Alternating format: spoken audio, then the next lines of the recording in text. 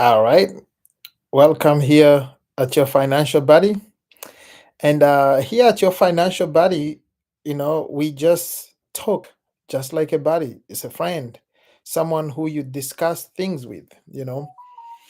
We've thought about different ways of, or at least I have thought of different ways of trying to, learn and make this my financial journey. And yes, today we yesterday was the first time that you know I had a discussion online regarding money, and this gentleman came and we were vibing. The video is there. you know Feel free, anyone who comes live. I'm more than happy to start discussing. But meanwhile, today I was thinking about talking about um personal budgeting. What does that look like? What's the importance of budgeting? How I like thinking about budgeting is, you know, have a plan for your income before you even get it. Uh, Not to get it and then randomly start thinking of what to do with the money. So, income, that's the money that comes into your pocket. You know, Expenditure, that's the money that goes away. At least I've done tons of research to direct myself and learn through finances. uh, I have a goal for the future.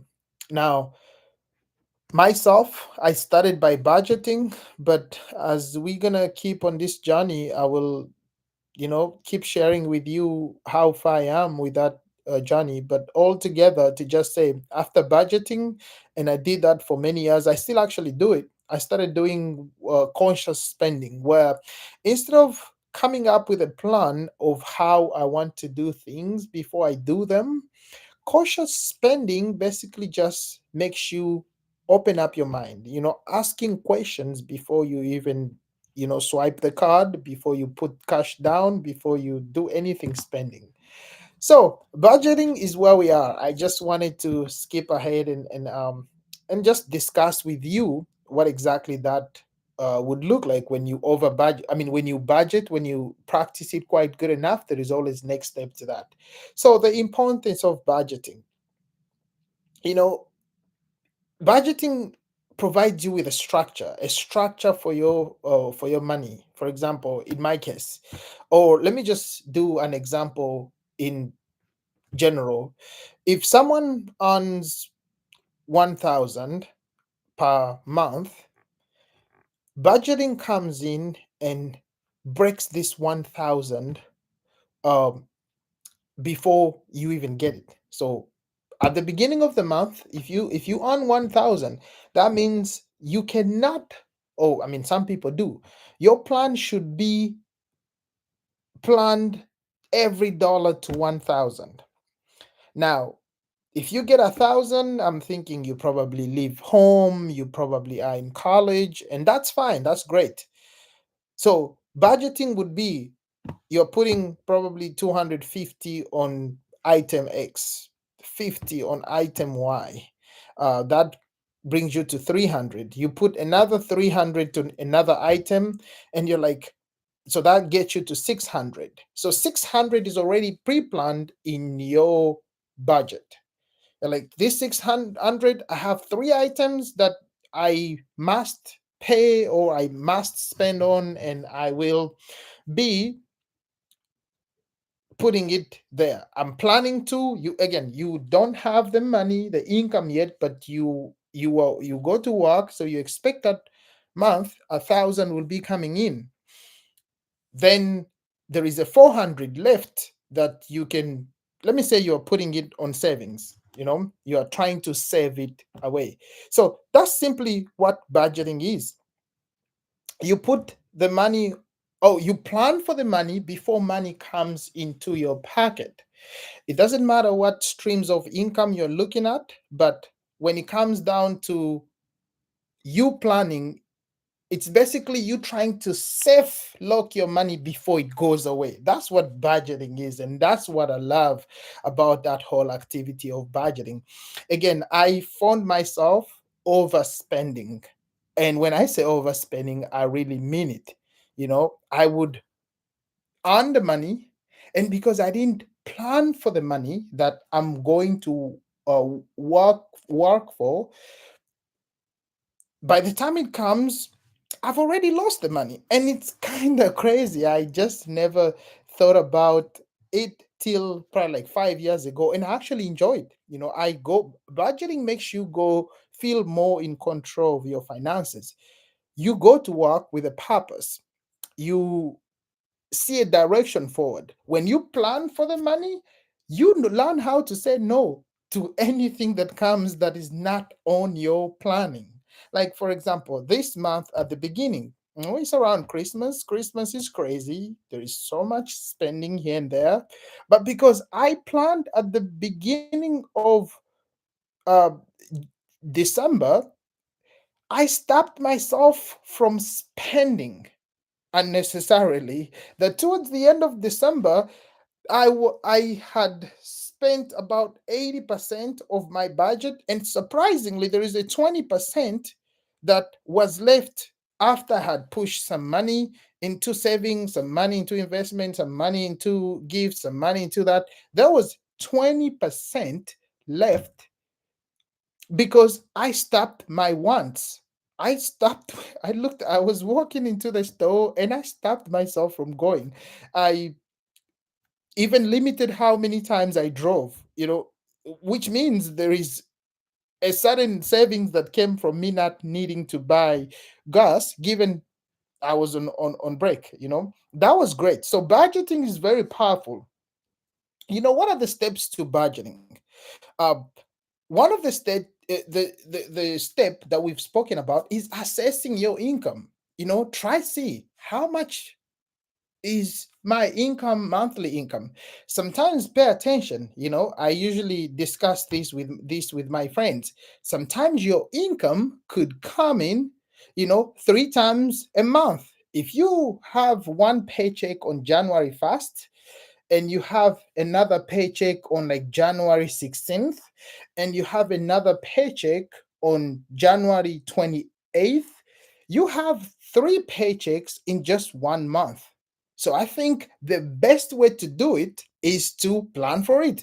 And you want to do budgeting every month. I think it's somehow unrealistic if you just uh, do the whole year's budget at the beginning of the year, because it's so hard. I mean, how do you know how much you're going to spend in June if you're not close to June? Like, I think it's very unrealistic to to plan for June in January, because sometimes, as we can agree, our life keeps on improving. Sometimes your rent is good right now, it's in the budget, but then you need to probably move by May. And now look at how you probably budgeted for example, if 1,500 is your rent right now, in June, you might have another amount of rent, but rest assured, when you get close to June, you will know if you need to move or not. That way, your budget is more realistic. So, assess your income. The other one will be listing the expenses. Be very realistic. If you say, I want to spend 200 on, for example, food, eating out. By the time you get to $200, stop yourself right there. If on your budget, 200 was how much you said you're going to eat outside, when you get to 200, stop yourself. And the beauty about budgeting is no one is in your ears telling you. Sometimes people have financial advisors. I'm not any financial advisors. I'm just, creating a community where, I can talk to people. We can talk to each other through the comment. And I just want to know, I want to learn. I'm on a personal journey where I want to learn as much as I can about money. And that's why I'm here with you. I love it. And this is the community, the YouTube, your financial buddy, myself. Let's go. Amazing. So we've spoken about in terms of steps of budgeting. We've also spoken about listing everything, on the budget. Don't say I will buy coffee. If you know you drink coffee like 2 times a week, be very honest. Do calculate how many times. If it's 3 times a week, that's about 12 times in a month. Then get the price and say, oh, if my coffee costs probably like $6, 6 times 12, you are all the way in what, 72. So put that $72 that will be going to Starbucks for just coffee. That's budgeting. Budgeting equals to sit down, think through the month, and try stick to it. Make sure every dollar is counted for. You know, if you have your mortgage, if you have your whatever, budget really presses everything to fit your income for that month. And actually, it's a way for you to challenge yourself to be disciplined, I guess. Setting goals. Budget doesn't work better if you don't have goals set. I mean, why budgeting? You're not just budgeting to torture yourself, you're budgeting to get somewhere. At least I know for me, 2 years ago, I would just uh, squeeze everything, make sure that I don't overspend. And that was great. But then I came to realize that this is not helping. I mean, I'm just basically squeezing everything and I don't even have a goal. What am I serving for? Because then if you don't have a goal, it's very easy to, you know, say you have like 300 for your gas money for the month. It's very easy for you to start like when it's weekend, you shouldn't be going in anywhere, you're just driving anyhowly. Now you're burning through the gas. And how many times do you do this in a month? Because if you keep doing it, then gas might not just be 300, it might go to 400 to however much. If you drive carelessly, probably, I'm thinking that's another way of getting into an accident. And now look at how everything, uh, there is a ripple effect. This happens, then that happens. But when you budget, you're like, this is it. I'm not going anywhere. I'm going to stay there. Now, allocating funds. We've kind of spoken about it. When you allocate funds, you are putting some money here, some money there, some money the other side, some money the other side, to make sure that every amount is counted for. And that's where you want to be. Make sure every dollar, if you get 1,000, each one of those dollars is going where you want it to go. And your goal is to make sure that, at least in the beginning, you gain the discipline. You practice the discipline of saying, if I say this is how much I want to put towards item X, that's how much I should probably limit myself at. Just that. Tracking and adjusting. When you track money in that budget, uh, be very honest. I mean, if something has changed, for example, if you said you're going to be buying coffee 3 times a week, which uh, with every cup, for example, costing like what, $6, and we had calculated that in a month, it would be up to $72 of the 1,000 just for coffee. Then you're being very realistic. For example, if you have one week where you just had too much work and you needed to drink too much coffee, does make sense. You forgive yourself for sliding. If you end up with 90, that's good, in my opinion. I mean, I've practiced this. Very soon I'll be showing you different ways that, I go about it. But that's really good, because then you are really learning, and that's a good thing. You want to know, you want to be able to adjust. You want to track, yes, how much you planned and how you're sticking close to that plan, but also adjust, because the 1,000, unless you need to increase your income from 1,000 to like 1,200 or something like that, if the income is not increasing, probably adjusting where money is going. And if you overspend here, spend less somewhere else in the budget. That way you're still at 1,000. Or else, if you overspend, you'll ban your credit card and stuff like that. At least that's what I've come to learn with my own practicing, which is great. So there is different challenges as far as budgeting is concerned, and I've run through these myself. The impulse spending, when you spend because, like for example, I usually, my favorite one is whenever I meet people who are good with sales. They, they speak good, they plan good, and you come and you find them in their, one of my coworkers call it kingdom or queendom.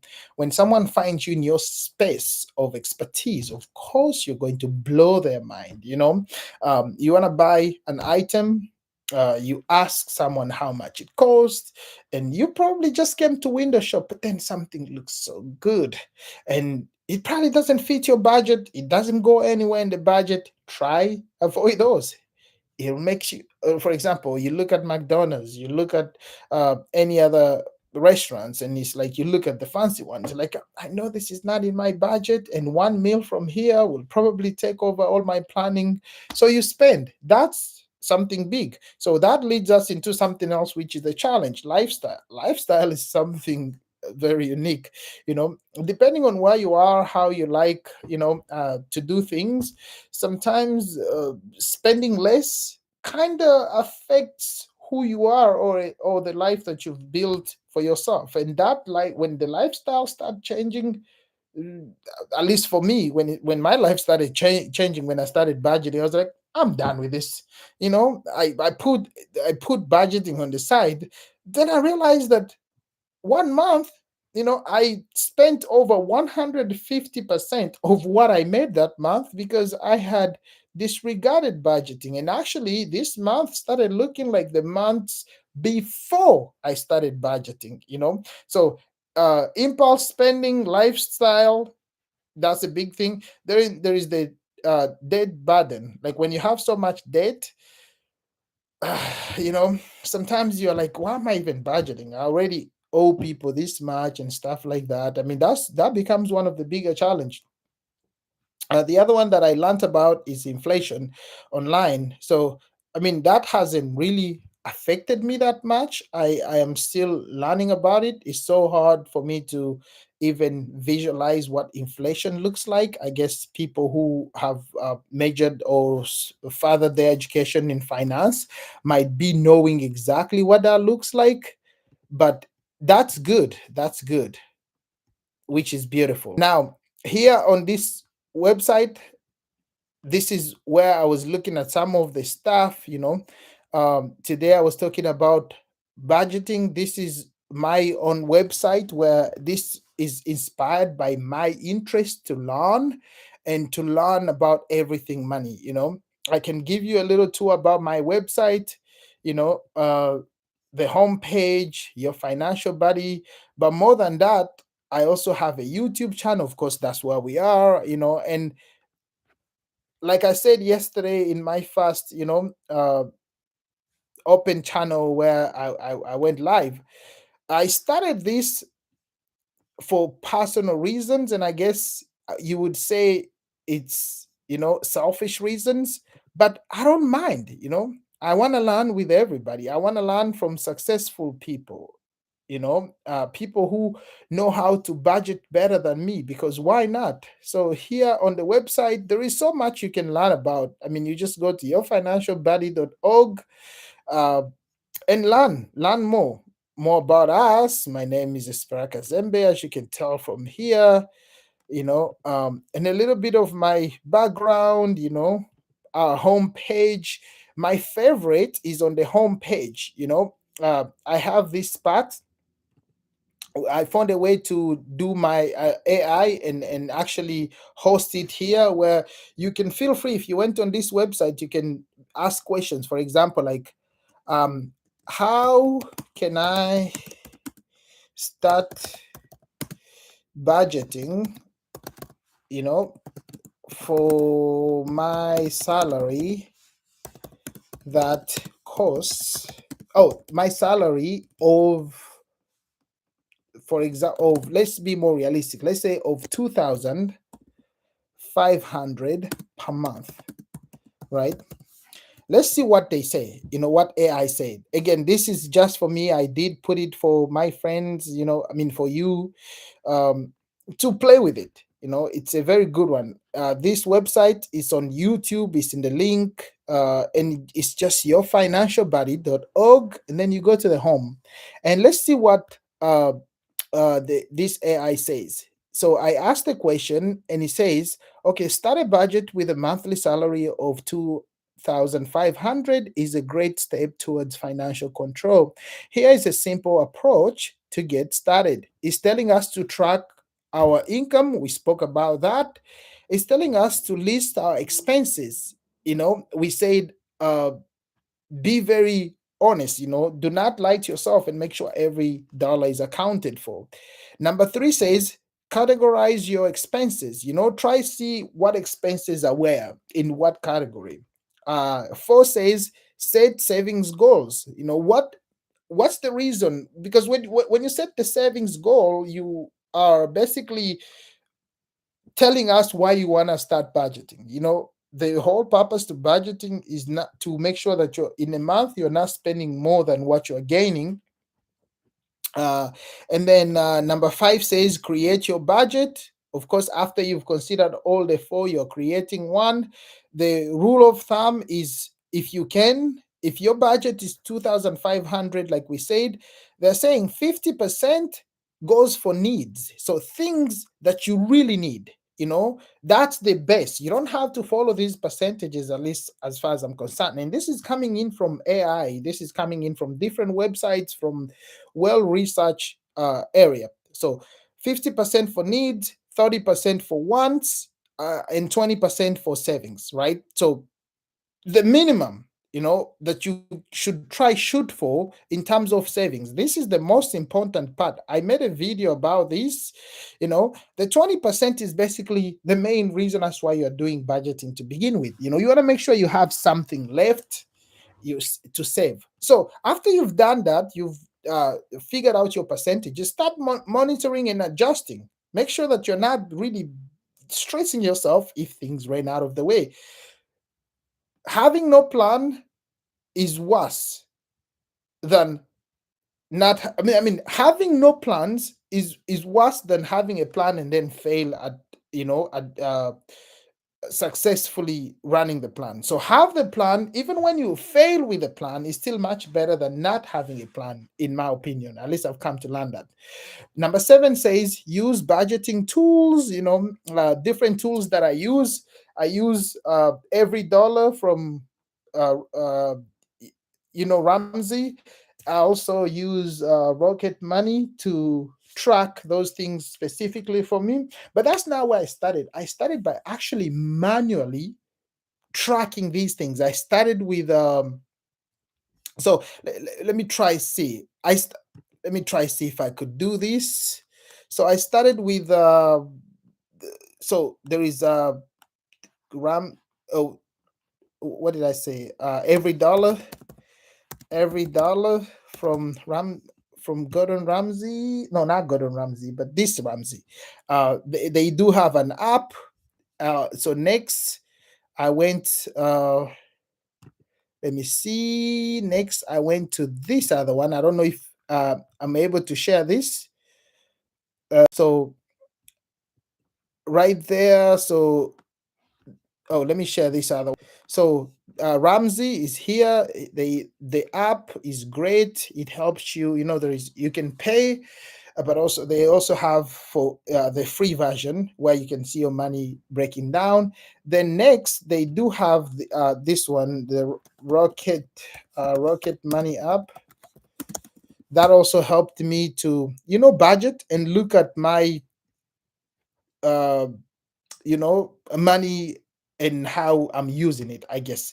Because the Rocket Money keeps adjusting. It also helps you cancel. I've lately been seeing them in very many ads, which is great. I really love it. But yes, so altogether, I would say it's been a great conversation, and I really want to, end here. Like I said, uh, mine is to learn with you.